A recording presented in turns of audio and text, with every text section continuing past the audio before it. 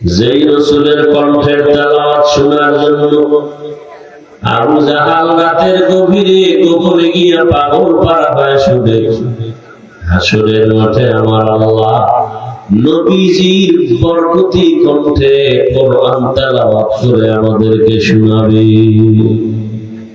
কিন্তু কপাল বড় খারাপ, মুসলমানের ঘরে কোরআন নাই, আবার অনেকের ঘরে কোরআন আছে, কোরআনের আওয়াজ নাই। মোবাইল নিয়ে সারা রাত গুনাহ করে করে ফজরের আগে ঘুমায়, নামাজেরও খবর নেই। একটুখানি নিকের তরে হাসরের মাটিতে বাবা ঘুরবে ছেলের পিছে, ছেলে বাবার আগেতে। আর তেমন কঠিন দিনেতে নামাজ তোমায় ভুলবে না, ঠিক মতো পড়িলে নামাজ জান্নাত তোমার ঠিকানা। আমার প্রাণের ভাই বোনেরা, জলদি করে উঠে যাও, ওযু করে তাড়াতাড়ি নামাজ পড়তে লেগে যাও। আহা নবী বেনামাজির শাফাআত করিবেন না, ঠিক মতো পড়িলে নামাজ জান্নাত তোমার ঠিকানা। ঘুমের চেয়ে নামাজ ভালো, আর তুমি ঘুমাইও না, ঠিক মতো পড়িলে নামাজ জান্নাত তোমার ঠিকানা। নামাজ কত ওয়াক্ত? সপ্তাহে একদিন না প্রতিদিন?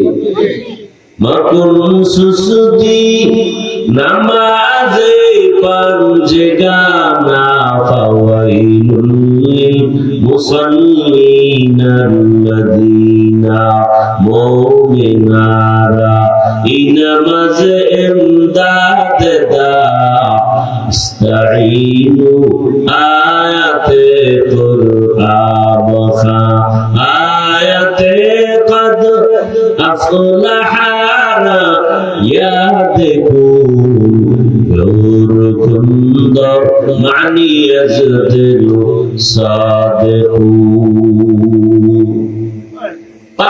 হাঁটার জন্য, তার মানে যাত্রার প্যান্ডেলে হেঁটে যাওয়া। সব কাজের ভেতরে সীমাবদ্ধতা দিলেন আমার আল্লাহ। মুখ দিছে খাওয়ার জন্য, তার মানে তুমি যা পাইবা তা খাইবা হবে না। খাওয়ার আগে চিন্তা করবা কোনটা হালাল কোনটা হারাম। وأما من خاف مقام ربه ونهى النفس عن الهوى فإن الجنة هي المأوى। আল্লাহর আদালত বড় কঠিন, হাসরের মাঠ বড় কঠিন হবে। এই জমিনটা হবে হাসরের মাঠ। সূর্য মাথার উপরে নেমে তাপ দিবে, সূর্যের গরমে মাটির জমিনটা পুড়িয়া তামা হয়ে যাবে। নাফরমান গুনাহগারের মাথার মগজগুলো ভাতের মারের মতো ফুটতে থাকবে। ও আল্লাহর বান্দারা, একটু নেকের টান যদি পড়ে যায়, ওই হাসরের মাঠে মাও পরিচয় দিবে না, সন্তান মা বাবার পরিচয় দিবে না। يوم يفر المرء من أخيه وأمه وأبيه وصاحبته وبنيه। ভেঙে যাবে সব আপনজনেরা। হাসরের মাঠ বড় ভয়ঙ্কর।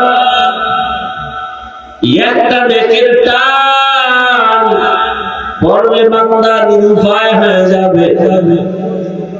সূর্যের গরম, জাহান্নামের আগুনের চিৎকারের আওয়াজ, আমার আল্লাহ রাগান্বিত আওয়াজ দিবেন সেই দিন। ওই আওয়াজ পেয়ে মানুষ বেকারার হয়ে যাবে। আম্মা জান আয়েশা রাদিয়াল্লাহু আনহা বলেন, মাঝে মাঝে দেখতাম রহমতের নবী যার কোনো গুনাহ নাই, আমার হুজরায় বসে গুনগুন গুনগুন করে কান্না করতেন। ও পর্দার আড়ালের মা বোনেরা, ও যুবক বৃদ্ধ বাবাজি, কয়দিন দুনিয়া চোখ বন্ধ হয়ে গেলে সব শেষ হয়ে যাবে। চোখের সামনে কত যুবকের লাশ, মহামারী করোনায় কত লাশ, এই ডেঙ্গুর বিমার কত লাশ। গত রমজানের ঈদের সময় পানির মধ্যে ডুবে গেল গাড়ি সহ কত লাশ, আগুন লেগে পুড়ে গেল কত লাশ হয়ে গেল। আগামী বছর বাঁচবেন কিনা জানা নাই রে বাবা। ঘুমের ভেতরে কত লাশ, গাড়ির নিচে লাশ, পানির নিচে লাশ। কত যুবকের জানাজা পড়াইলাম, আজ আমি সুস্থ, কাল আমার কি হালাত হবে বলা যায় না। রহমতের নবী গুনগুন করে কান্না করেন। আম্মা জান আয়েশা রাদিয়াল্লাহু আনহা ভয় পেয়ে গেলেন, কোন বেয়াদবি হয়ে গেল নাকি যে রাসূল কান্না করেন কেন? রহমতের নবী গুনগুন করে কাঁদেন। আম্মা জান আদব রক্ষা করে জিজ্ঞাসা করলেন, ইয়া রাসূলুল্লাহ, আমার হুজরায় বসে কেন কাঁদেন? রহমতের নবী বলেন, আয়েশা, দুইটা কথা যদি মনে পড়ে আমি চোখের পানি ফেলতে পাগলের মতো হয়ে যায়, কান্না থামায় রাখতে পারি না। আমার জীবনের বড় একটা সময় কেটে গেল, দুঃখ, খানা নাই, পেটে পাথর বেঁধেছিলাম। ওই কঠিন সময় আমার পাশে সহযোগিতার জন্য দুনিয়ার বাইরে দাঁড়ায় গেল খাদিজাতুল কুবরা। ওই খাদিজা আরবের ধনী নারী, সম্পদগুলো সব আমাকে হাতিয়ে দিয়েছে। ওই খাদিজা আমার দ্বীনের জন্য কত ত্যাগ স্বীকার করেছে। ও আয়েশা, ওই খাদিজার কথা যখন মনে পড়ে আমি চোখের পানি ধরে রাখতে পারি না। আর হাসরের মাঠের কথা মনে পড়লে চোখের পানি ধরে রাখতে পারি না, কারণ হাসরের মাঠের এমন ভয়ঙ্কর হালাত যে নবীরা পর্যন্ত নাফসি নাফসি বলে কান্না করবে। ঈসা নবী কাঁদবেন নিজের চিন্তায়, মুসা নবী কাঁদবেন নিজের পেরেশানি, ইব্রাহিম নবী কান্না করবেন নিজের চিন্তা। ওই কঠিন সময় উম্মতেরা পাগলের মতো দৌড়াবে, একটু নাজাত পাওয়া যায় কেমনে, কার সুপারিশ নেওয়া যায়? আদম নবীর কাছে যাবেন, ফেরত আসবে ব্যর্থ হইয়া। মুসা নবীর কাছে যাবেন, ব্যর্থ হয়ে ফেরত আসবে। আম্মা জানকে নবী বলেন, আয়েশা, উম্মতেরা এক পর্যায়ে মুহাম্মদের খুঁজবে, তালাশ করবে। আম্মা জান আয়েশা রাদিয়াল্লাহু আনহা বলেন, হে আল্লাহর রাসূল, আপনাকে উম্মতেরা তালাশ করে কোথায় পাবে? হাসরের মাঠে। রহমতের নবী বলেন, ও আয়েশা, মাকামে মাহমুদে সিজদায় পড়ে আমি কান্না করব। ইব্রাহিম নবী কাঁদবেন নিজের পেরেশানি, মুসা নবী কাঁদবেন নিজের চিন্তা, আর আমি মুহাম্মদ কান্না করব। আমি নিজের ছেলে মেয়ে কারো চিন্তা করব না, আমার একটাই পেরেশানি, আমার উম্মতের চিন্তায় কান্না করব। আর বলবে, আল্লাহ আমার উম্মতের জাহান্নাম থেকে বাঁচাও, আমার উম্মতের বাঁচাও। আল্লাহ অর্ডার করবেন, আপনি কাঁদবেন না, উম্মতের ধরে ধরে জান্নাতের পথে আপনি নিয়ে যান। وأما من خاف مقام ربه ونهى النفس عن الهوى فإن الجنة هي المأوى। হাসরের ময়দানের ভয়ঙ্কর হালাতের কথা ভেবে নবী কান্না করতেছেন, নূহ নবী কান্না করেছেন, ইব্রাহিম নবী কান্না করেছেন, সাহাবায়ে কেরাম জীবন ভর কান্না করেছেন। তাদের আমল, তাদের ইখলাস, তাদের তাকওয়া, তাদের ইলম কত সুন্দর। এরপরেও তারা যদি কান্না করতে পারেন, আপনার আমার তো আমল নাই, ইলম নাই, কিচ্ছুই নাই, বলতে গেলে মানুষই হতে পারি নাই, আপনার আমার কি পরিমাণ কান্না করা উচিত। ও স্কুল কলেজের ছেলে মেয়েরা, স্কুলে পড়ো, কলেজে পড়ো, ডাক্তার হও, দোয়া করি, বাধা নাই, ইঞ্জিনিয়ার হও, প্রফেসর হও, তবে মা বাবার দোয়া, শিক্ষকের দোয়া, উলামায়ে কেরামের দোয়া নিয়ে গাইও। না হয় ডাক্তার হলেও মা বাবার দোয়া ছাড়া তাসলিমার মতো পরিণাম ভোগ করতে হবে। আর যদি আদর্শবান ডাক্তার হতে চাও, নেককার ইঞ্জিনিয়ার হতে চাও, এই সমাজে বহু ডাক্তার ইঞ্জিনিয়ার আছে, 5 ওয়াক্ত নামাজি দাড়িওয়ালা আছে না নাই? নদীর মধ্যে মাছ ধরে তোমার লাইনের জেনারেল যুবকটা নামাজ ছাড়ে না, গাড়ি চালায়, ড্রাইভারি করে, নামাজ পড়ে। ও যুবক, তুমি কেন তাদের মতো হতে পারো নাই? ও পর্দার আড়ালের মা বোনেরা, আপনার মতো কত মা, কত বোন এই এলাকায় বসবাস করে, নামাজ পড়ে, পর্দা করে, কোরআন তেলাওয়াত করে, স্বামীর মা হেফাজত করে। আম্মা জান, আপনারা কেন পারবেন না? কয়দিন আর বাঁচবেন? আপনার সন্তানটাকে আদর্শ ডাক্তার বানায় যান, আদর্শ ইঞ্জিনিয়ার বানায় যান, আদর্শবান প্রফেসর বানায় যান। নবীর আদর্শ নিয়ে চলবে, মা বাবার দোয়া, শিক্ষক ওলামায়ে কেরামের দোয়া নিয়ে চলবে।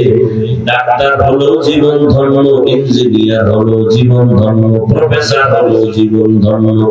আর মা বাবার যদি দোয়া না থাকে, শিক্ষকের দোয়া না থাকে, ওলামায়ে কেরামের দোয়া না থাকে, ডাক্তার হলো কপাল খারাপ, ইঞ্জিনিয়ার হলো কপাল খারাপ। অতএব আমি যুবকদের বলি, যুবক বাবারা, আজকে থেকে তওবা করে নাও। তোমার মতো যুবক যদি স্কুল কলেজে পড়ে, নামাজ পড়ে, তুমি পারবা না কেন? মনে মনে আল্লাহকে বলো, হে আল্লাহ, আর নামাজ ছাড়বো না, দাড়ি কাটবো না, বেপরদায় চলবো না। মা বাবার দোয়া, শিক্ষকের দোয়া, উলামায়ে কেরামের দোয়া নিয়া নবীজির সুন্নাত অনুযায়ী চলবো। ও পর্দার আড়ালের মা বোনেরা, এখনো সময় আছে, তওবা করেন। আর বেপরদায় চলবেন না, স্বামীর মাল নষ্ট করবেন না, খেয়ানত করবেন না, সন্তানটাকে আদর্শ সন্তান বানায় যাবেন। 5 ওয়াক্ত নামাজ পড়বেন, আর বেপরদায় চলবেন না। যুবকেরাও তওবা করার মতো যদি অন্তর তৈরি হয়, মা বোনদের যদি তওবা করার মতো অন্তর তৈরি হয়, বৃদ্ধ বাবাজি, আপনার মতো কত বুড়ারা মসজিদে গিয়ে নামাজ আদায় করে, আপনি পারেন না কেন? তওবা করেন, আল্লাহর কাছে গুনাহের কথা স্মরণ করে ক্ষমা চান। জীবনে তো মোবাইলে গুনাহ কম করো না রে যুবক বাবা। কত দাড়ি কাটলা, নামাজ ছাড়লা, বেপরদায় চললা, মনের আশা করে গুনাহ করেছো। এবার ফিরে যাও, মনে মনে আল্লাহকে বলো, হে আল্লাহ, আজকে থেকে আমরা শ্রেষ্ঠ। এবার আমাদের মধ্যে ভাগ আছে। এখানে আপনারা যারা বসে আছেন, আমরা সহ সবাই আখিরি নবীর উম্মত কিনা? কিন্তু ভাগ কি? আখিরি নবীর উম্মতের মাঝে যারা ঈমান ওয়ালা, আমল ওয়ালা, কোরআন হাদিসের ইলম ওয়ালা, তারা শ্রেষ্ঠ। আবার এই ঈমান ও আমল ওয়ালা, কোরআন ওয়ালা, ইলম ওয়ালাদের মাঝে যারা তাকওয়া ওয়ালা, তারা শ্রেষ্ঠ।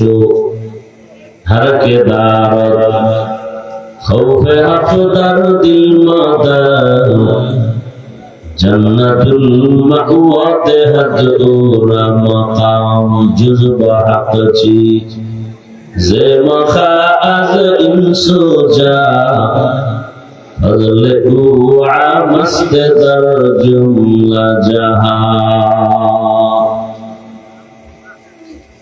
সারা দুনিয়ার সমস্ত মাখলুকাতের মধ্যে মানুষ হলো শ্রেষ্ঠ। আবার এই মানব জাতির মধ্যে ঈমানওয়ালারা শ্রেষ্ঠ। সব মুমিনের মাঝে নবী রাসূলগণ হলেন শ্রেষ্ঠ। সব নবী রাসূলদের মাঝে আখিরি নবী রাহমাতুল লিল আলামিন শ্রেষ্ঠ। मूसा नबीर उम्मत, ईसा नबीर उम्मत, इब्राहिम नबीर उम्मत, सब नबीर उम्मतेर माझे आखिरी नबीर उम्मत रहमतुल लिल आलामीनेर उम्मत आमरा श्रेष्ठ। आबार आमादेर माझे जारा ईमानওয়ালা तारा श्रेष्ठ। ईमानওয়ালাদের মাঝে যারা আমলওয়ালা তারা শ্রেষ্ঠ। আমলওয়ালাদের এই আপনারা বুঝেন কেন? তামাশার মাঠ নাকি? চালাকি করার জায়গা এগুলো?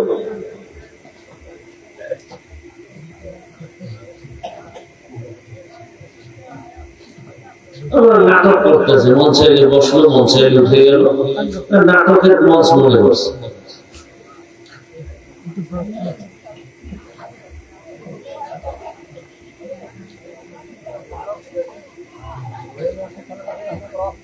রাসূলের হাদিস মতে এখন এটা এমন এক বরকতি ময়দান যে বসার সাথে সাথে সবার গুনাহ মাফ হয়ে গেছে।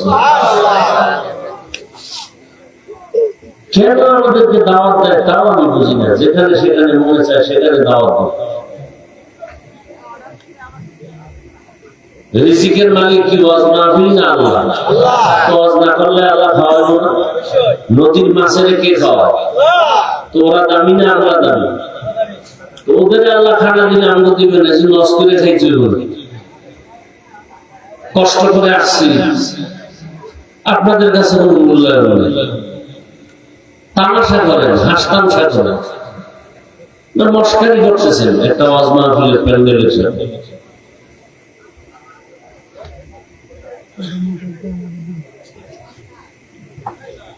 وأما من خاف مقام ربه ونهى النفس عن الهوى فإن الجنة هي المأوى هر کے دار خوف حق درد المدام جنت المأوى دہد اور مقام جذب حق چی زي مخاذ انسو جا فضل اوعى مستدر جملہ جہا آخری نبی امتر مزدر ایمان والا তারা শ্রেষ্ঠ। আবার ঈমান ওয়ালাদের মাঝে যারা আমল ওয়ালা তারা শ্রেষ্ঠ। আবার আমল ওয়ালাদের মাঝে যারা তাকওয়া ওয়ালা ইখলাস ওয়ালা তারা শ্রেষ্ঠ। আল্লাহর নবী বলেন হারাম থেকে নিজেকে বাঁচাও, মর্যাদা বেড়ে যাবে। আখিরি নবীর উম্মত হিসেবে তো মর্যাদা আছেই। আবার আখিরি নবীর উম্মতের মাঝে ইলম থাকার কারণে, ঈমান থাকার কারণে মর্যাদা, আমলের কারণে মর্যাদা, তাকওয়ার কারণে মর্যাদা। এই মানুষটার মর্যাদা কি আরো বাড়বে? বলে হ্যাঁ বাড়বে। বলে এখন আমাকে আপনাকে আল্লাহর হুকুম মানার কারণে ভালোবাসে 5 জন, যদি আরো গুনাহ থেকে নিজেকে বাঁচায় রাখতে পারেন ভালোবাসার 5% বেড়ে যাবে।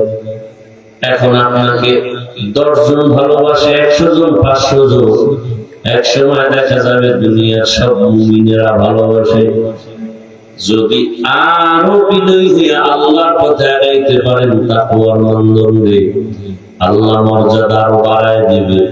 এখন শুধু আপনাকে মুমিন মুসলমানেরা সম্মান করে, একটা সময় দেখা যাবে বিধর্মীরাও সম্মান করবে, কি হিন্দুরাও সম্মান করবে, বৌদ্ধরাও সম্মান করবে, খ্রিস্টান ইহুদিরাও সম্মান করবে।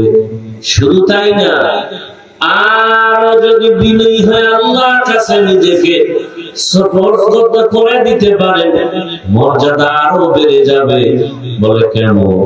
এতদিন শুধু মুমিনরা ভালোবাসে, বেঈমানেরাও ভালোবাসে, এখন নতুন করে আল্লাহ জমিনের মধ্যে ভিন্ন যত প্রাণী আছে ওই প্রাণীরাও সম্মান করবে, বাঘ সম্মান করবে, মাছ সম্মান করবে।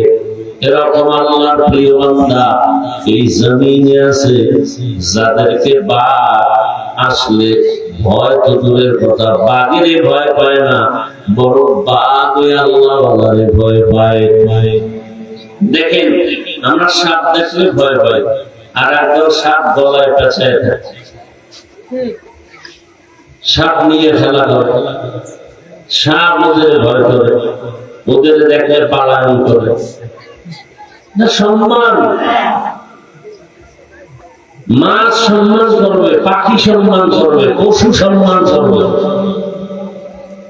গর্বাসুরত আদমি ইনসাবুদে আহমদহু জাহলো হামকে সাবুদে আদমিরা আদমিয়ত লাজিমাস উদরাগর বুনা বশুদ হি জামাস আদমিয়ত লাহম শাহম বশুতে নিস আদমিয়ত জুজরে জয়ে দুস্তে নিস আদমিরা আদমিয়ত লাজিমাস উদরাগর বুনা বশুদ হি জামাস। তাহলে মর্যাদা বাড়বে। এর কিছু লাইন আমি বুঝাইলাম, বুঝে আসছে তো ইনশাআল্লাহ। এবার সে হাদিসে বলছে ইত্তাকিল মাহারিম, হারাম থেকে নিজেকে বাঁচাও। তার মানে মদ পান করা হারাম, এখান থেকে নিজেকে বাঁচাও। শুধু এতটুকু না,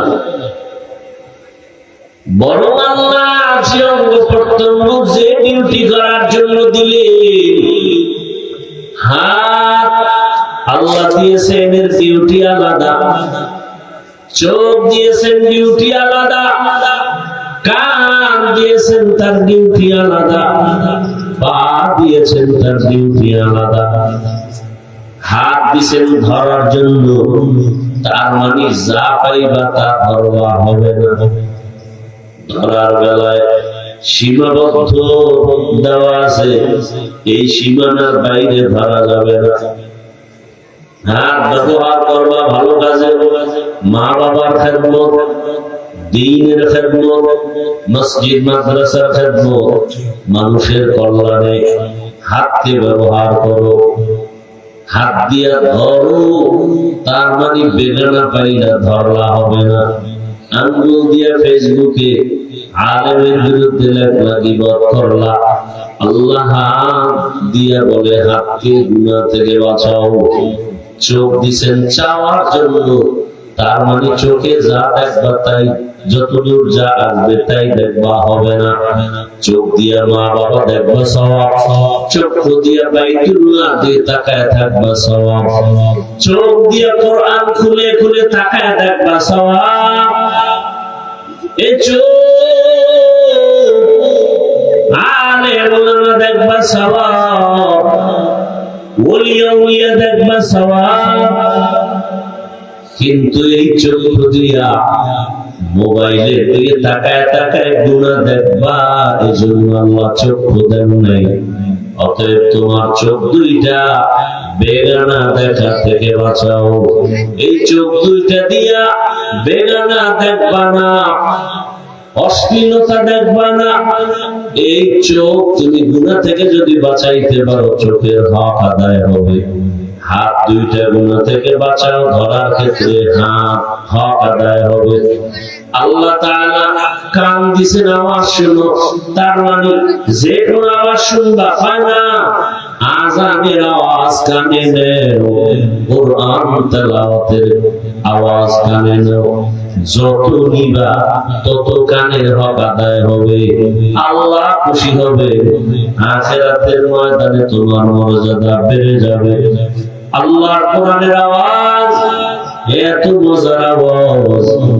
আবু জাহাল নবীর বিরোধিতা করে, উতবা সাইবা নবীর বিরোধিতা করে, কিন্তু নবীর জবান মুবারকের তেলাওয়াত এত সুন্দর। রাতের গভীরে আবু জাহাল, আবু লাহাব, উতবা সাইবা এরা গোপনে গিয়া রহমতের নবীর ঘরের কিনারায় দাঁড়ায় কোরআনের আওয়াজ শুনে। কারণ এটা এমন একটা কিতাব, জমিনের মধ্যে এত আওয়াজ আসে, আল্লাহর কোরআনের আওয়াজের মতো মজার আওয়াজ আর নাই। আউযু বিল্লাহি মিনাশ শাইতানির রাজীম। বিসমিল্লাহির রহমানির রহিম। আলহামদুলিল্লাহি রাব্বিল আলামিন। আর রহমানির রহিম। মালিকি ইয়াউমিদ্দিন। إياك نعبد وإياك نستعين. اهدنا الصراط المستقيم. صراط الذين أنعمت عليهم غير المغضوب عليهم ولا الضالين.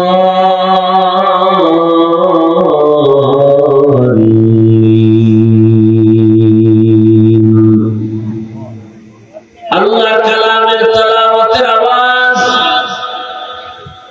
আমি তেলাওয়াত করনেওয়ালা তেলাওয়াত করে যে সওয়াব পাবো, রহমতের নবী বলেন যারা শুনবে তারাও সমান সওয়াব পাবে।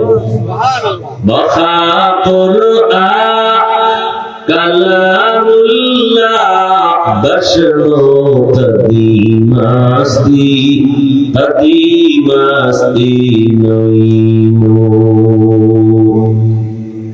দুনিয়াতে এক কথা বারবার শুনতে মনে চায় না।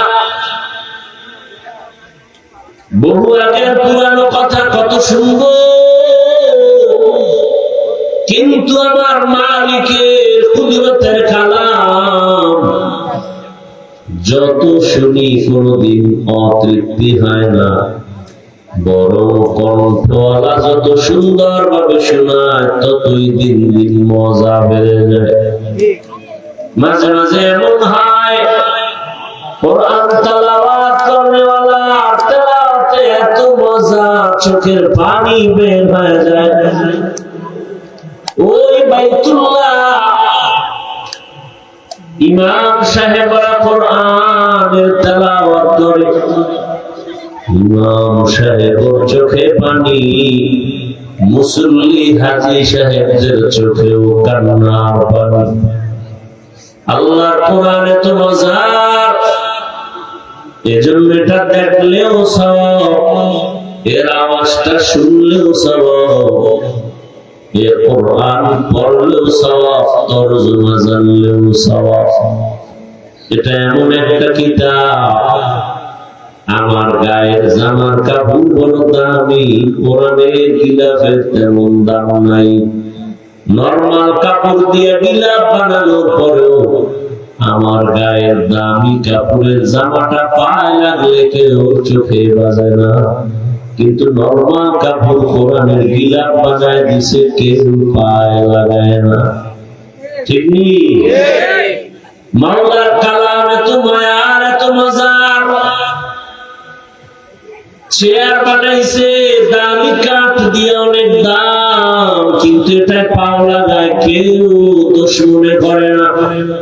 কিন্তু নরমাল কাঠ দিয়া কোরআনের রেহাল বানায় দিছে। এখন রেহালের দাম বেড়ে গেছে, মাটিতে পালায় রাখে না, পা লাগলে চুমা খায়, সবাই এটাকে খারাপ মনে করে।